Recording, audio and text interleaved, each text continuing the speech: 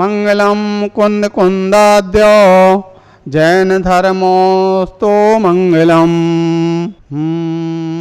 आदिम तीर्थंकर प्रभो आदिनाथ जिननाथ, चरण कमल में आपके झुका रहे हम माथ। नमन चरण में कर रहे गुरुवर के कर जोर, कदम कदम बढ़ता चलूं मोक्ष महल की ओर, मोक्ष महल की ओर।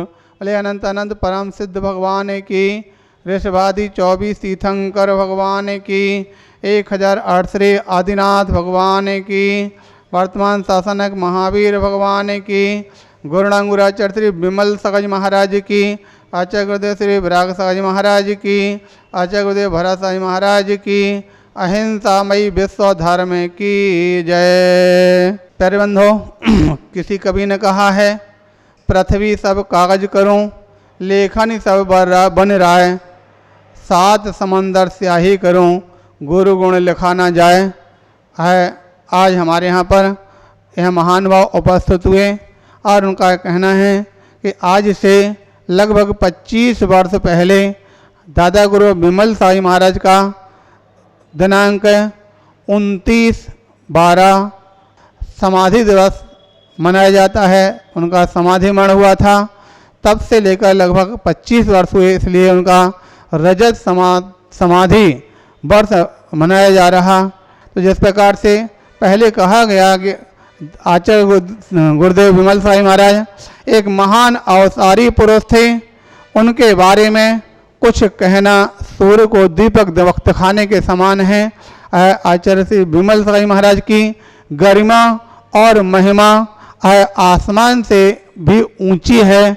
जिस प्रकार से आसमान में कोई पतंग कितना भी ऊंची उड़ान भरे लेकिन कभी आसमान के छोर को प्राप्त नहीं कर सकती है, ठीक उसी प्रकार से आचार्य श्री विमल साई महाराज जो वात्सल्य के रत्नाकर कहे गए हैं, उनके बारे में कितना भी मैं कहूँ लेकिन उनके ऊंचाई को या उनके गुणों का गान नहीं कर सकता। जिनके चरणों की धूलि हमेशा हम अपने मस्तक पर लगाते चले आए हैं, ऐसे दादा गुरु आचार्य श्री विमल साई महाराज के बारे में कहना एकमात्र उपहास का ही पात्र होगा। हम जब सबसे पहली बार सन 1993 में सम्य शिखर जी पर जाने का अवसर प्राप्त हुआ, सबसे पहली बार उनका दर्शन प्राप्त हुआ। दर्शन करने पर एक इतना आह्लाद उत्पन्न हुआ, ऐसा वात्सल्य प्राप्त हुआ कि ऐसे लगा जैसे किसी माँ का दुलार हमारे लिए प्राप्त हो गया हो। और उस ठीक उन्हीं के पास में बाजू में विराजमान आचार्य श्री भरत सगज महाराज जब वो उपाध्याय अवस्था में थे, उनका वात्सल्य भरा आशीष प्राप्त हुआ। तो ऐसे लगा कि हमारे लिए आज शायद हमको लगता सारी पृथ्वी की, सारी संसार की एक विशेष निधि प्राप्त हो गई हो। तब से लेकर के उनके जब भी उनका गुणगान होता था, जब भी उनके नाम आता था तो हमेशा स्मृति पटल पर दृश्य आ जाता था। दूसरी बार जब हमारा जाना हुआ तो उस समय पर दादा गुरु के सामने पहुंचते ही उनका हाथ हमारे सिर पर था और मेरा सिर उनके चरणों में था। उस समय पर उन्होंने मेरे लिए मोक्ष मार्ग पर बढ़ने का प्रथम सोपान दिया था। 2 प्रतिमा धारण मैंने उस समय पर की थी। तब से लेकर के हमारा मार्ग आगे बढ़ता चला गया और आज मैं अपने आप को सौभाग्य मानता हूँ कि उनका आज सौभाग्य भरा हाथ तब से मेरे लिए दर्शन, ज्ञान और चारित्र रत्नात्रय की निधि प्राप्त हुई। और रत्नात्रय की निधि निश्चित रूप से जैसा कि जैन सिद्धांत कहता है कि जिसके पास रत्नात्रय की निधि प्राप्त हो जाती है वह सिद्ध सदन की ओर आगे बढ़ता है, मुक्ति बधु उसके लिए आमंत्रण देती है। तो हम एकमात्र यही भावना भाते हैं कि ऐसे परम पूज महिमा और गरिमा के धारी महान वात्सल्य रत्नाकर आचार्य श्री विमल साई महाराज, जिन्होंने पृथ्वी पर जन जन के कष्टों का निवारण किया, जन जन के दुखों को दूर किया और स्वयं अपने जीवन में इस प्रकार की विशिष्ट साधना को प्राप्त किया कि जो साधना के एक उच्च शिखर बन करके रहे। जैसा कि उनके बारे में लोग जब जानकारी प्राप्त होती है कि उन्होंने अपने जीवन में अनेक प्रकार से रसों का त्याग किया, अनेक प्रकार से उपवास की साधना की, अनेक प्रकार के व्रतों का पालन किया और व्रतों के साथ साथ सभी प्रकार से और उनकी साधना, जैसे कि ज्ञात हुआ कि लगभग 11 बजे तक वह विश्राम करते थे और 11 बजे से लेकर के अपने साधना में रत हो जाते थे। 150-200 माला रात में फेर करके और 2 बजे से लेकर के पूरे संघ के साथ अपनी संघस्थ क्रियाएं, अपने आवश्यक कर्तव्यों में इतने निरत रहते थे। जैसे कि सुलहकर्ण भावना में आवश्यक अपरिहार्य भावना आती है, आवश्यक अपरिहार्य भावना का संदेश अगर प्राप्त है तो आचार्य विमल साई महाराज के द्वारा प्राप्त होता है। कितने भी कार्य क्यों ना हो, कितने भी अनेक प्रकार के कार्यों में उलझे हों, लेकिन अपने कार्यों को, अपने कर्तव्यों को कभी वह ढील नहीं देते थे। जैसा कि उनके ज्ञान, उनके द्वारा, लोगों के द्वारा उनसे ज्ञात हुआ। हमारे आचार्य गुरुदेव विराग साई महाराज, जिनके लिए बहुत बड़ा सौभाग्य प्राप्त हुआ कि उनके कर कमलों से उन्होंने दीक्षा प्राप्त की है। समय समय पर आचार्य गुरुदेव आचार्य दादा गुरु विमल साई महाराज के जीवन के अनेक प्रकार के उदाहरण, जीवन के अनेक प्रकार की घटनाएं सुनाते रहते हैं। हमने 1-2 बार घटनाएं हमको प्राप्त हुई, हमारे लिए भी जीवन में हमेशा एक उदाहरण स्वरूप है। हम भी उसको अनेक बार लोगों के बीच में कह चुके हैं। जैसे कि प्राप्त ज्ञात हुआ है कि एक बार जब किसी व्यक्ति के यहाँ पर 2 भाई थे, दोनों भाई साथ रहते थे। घर, छोटा भाई घर में अपना कार्य करता था, बड़ा भाई छोटा भाई घर का कार्य एवं दुकानदारी काम संभालता था। बड़ा भाई बाहर आने जाने का काम कर रहा था। एक बार बड़ा भाई कहीं बाजार से आ रहा था, 2 हाथ में आम लिया था, दाएं हाथ में बड़ा आम, बाएं हाथ में छोटा आम। जैसे ही वहाँ पर पहुँचता है, दोनों भाइयों के बेटे उसके पास दौड़ करके आते हैं, पापा जी आम लेकर के आए हैं।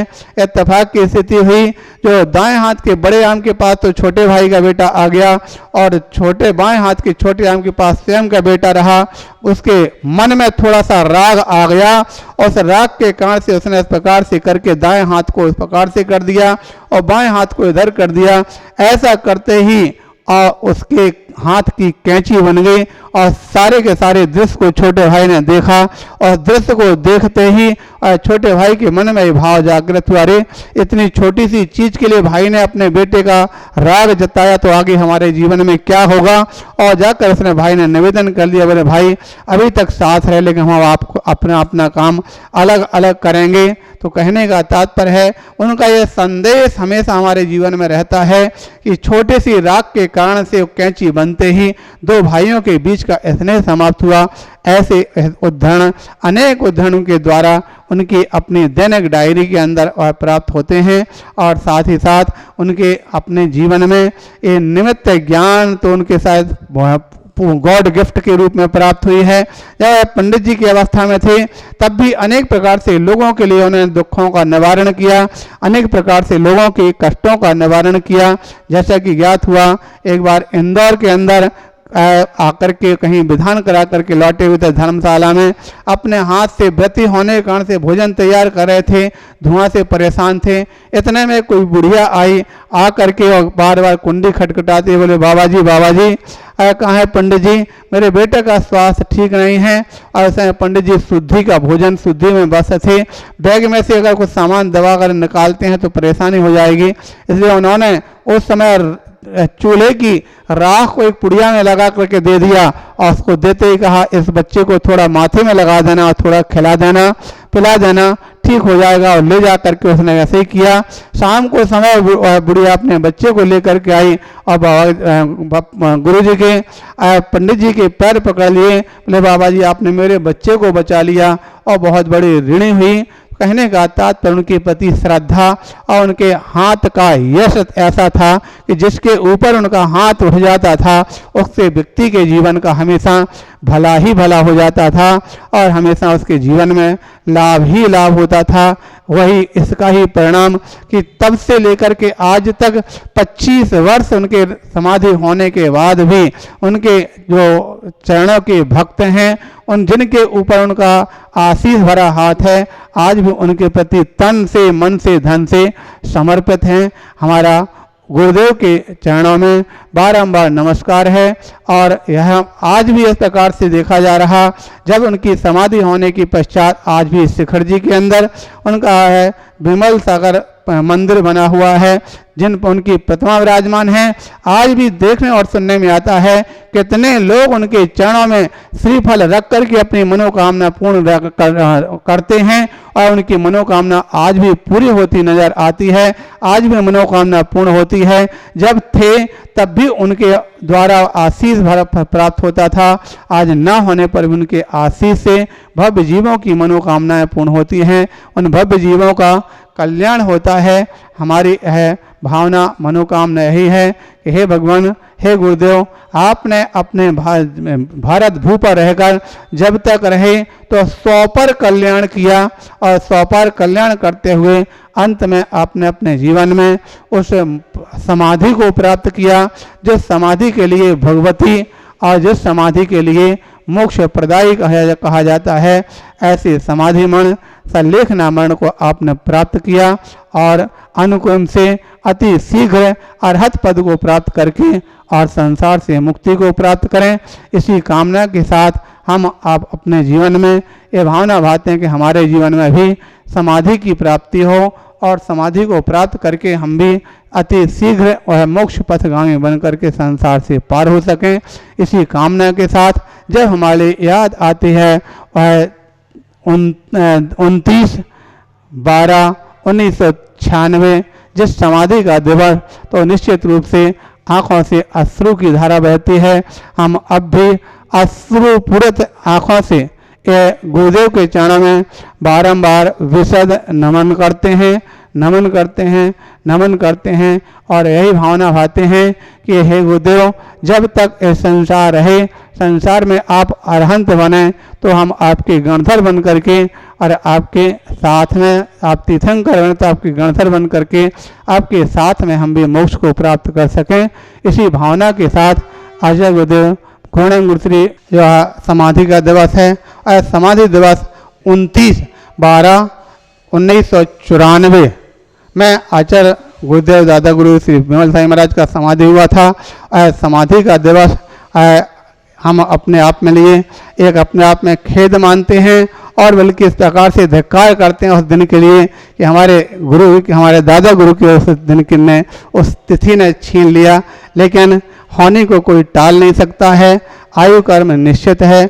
ऐसे उस 29/12/1994 जो एक सारे भारतवर्ष में स्मृति दिवस के रूप में मनाया जाता, हम अश्रुपूरित भावों से 1994 को स्मरण करते हुए लेकिन यह भावना भाते हैं कि जिस प्रकार से हमेशा और समाधि को प्राप्त करके स्वर्गारोहण किया, संसार से अपने मोक्ष पथ को लेकर के बढ़े थे, उस पथ पर आगे बढ़े। इसलिए हमें भावना भाते हैं कि उनकी मोक्ष मार्ग पर की जो यात्रा है और निरंतर गति से निराबाध रूप से चलती जाए और अति शीघ्र उनको मुक्ति की प्राप्ति हो। इसी भावना के साथ आचार्य गुरुदेव श्री विमल साई महाराज के पावन चरणों में बारंबार नमोस्तु। भारतीय श्रमण संस्कृति की परंपरा में वात्सल्य रत्नाकर परम पूज्य आचार्य श्री 108 विमल सागर जी मुनिराज इस शताब्दी के प्रमुख आचार्य थे, जिन्होंने अपना संपूर्ण जीवन स्वपरहिताय समर्पित किया। 18 सितंबर सन 1916 विक्रम संवत 1973 ओसोज बदी सप्तमी को कोसमा जिला एटा उत्तर प्रदेश में जन्मे होनहार बालक नेमीचंद ने सन 1952 विक्रम संवत 2009 फाल्गुन शुक्ल त्रयोदशी को सिद्ध क्षेत्र सोनागरी जी जिला दतिया मध्य प्रदेश में तीर्थ भक्त शिरोमणि परम पूज्य आचार्य श्री 108 महावीर कीर्ति जी मुनिराज से दिगंबरी मुनि दीक्षा ग्रहण कर मुनिराज विमल सागर जी मुनिराज, विमल सागर जी मगसिर वदी दूज विक्रम संवत 2017 आचार्य पद से विभूषित हुए। तदोपरांत उन्होंने पूरब से पश्चिम और उत्तर से दक्षिण भारतवर्ष की 4 बार पदयात्रा श्री विहार करते हुए जन जन को अहिंसा, अनेकांत, अपरिग्रह का उपदेश देकर लाखों जीवों को सन्मार्ग पर लगाया एवं शताधिकार भव्य जीवों को अपने पावन कर कमलों से संस्कारित दीक्षित कर मोक्ष मार्ग का पथिक बनाया, जो वर्तमान में आचार्य, उपाध्याय, मुनिराज एवं आर्यका माताजी जैसे पावन पदों पर प्रतिष्ठित है तथा धर्म के प्रचार प्रसार अविस्मरणीय योगदान प्रदान कर रहे हैं। वात्सल्य रत्नाकर आचार्य श्री विमल सागर जी महाराज का श्री शाश्वत तीर्थराज श्री सम्मेद शिखर जी में 29 दिसंबर 1994 को सायंकाल 4:27 पर उध्वरोहण हो गया था। तो आइए हम ऐसे महान संत के जीवन परिचय पर एक नजर डालें।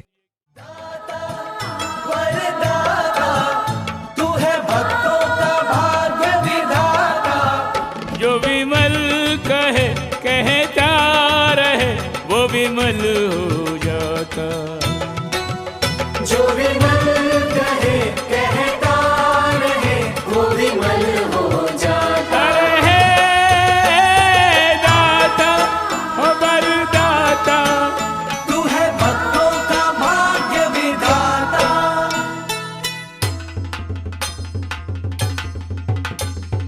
विमल मुनींद्र तेरी सदा ही जय, अतिशय यतीन्द्र तेरी सदा ही जय।